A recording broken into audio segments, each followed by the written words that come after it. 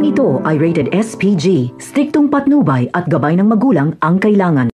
Sa paglayas ni Tinding at Noy sa bahay ni Rigor ay namasukan sila bilang katulong sa mansyon ng mga kabalyero. Dito ay nalaman na ni Tinding ang tunay na ugali ni Senyora Bettina Caballero.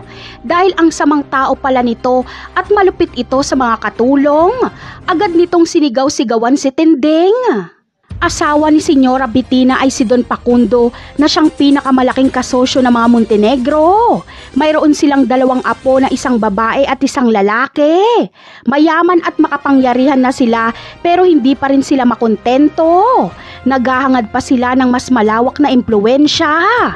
Kaya gusto ni Senyora Bettina na ikasal ang apo niyang babae sa nag-iisang tagapagmana ng mga Montenegro na si Tanggol.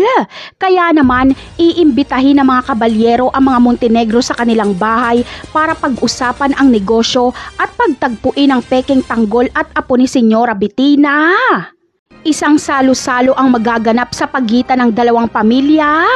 At dahil katulong ng mga kabalyero si Tinding ay isa sa pagsisilbihan niya ang mga bisita.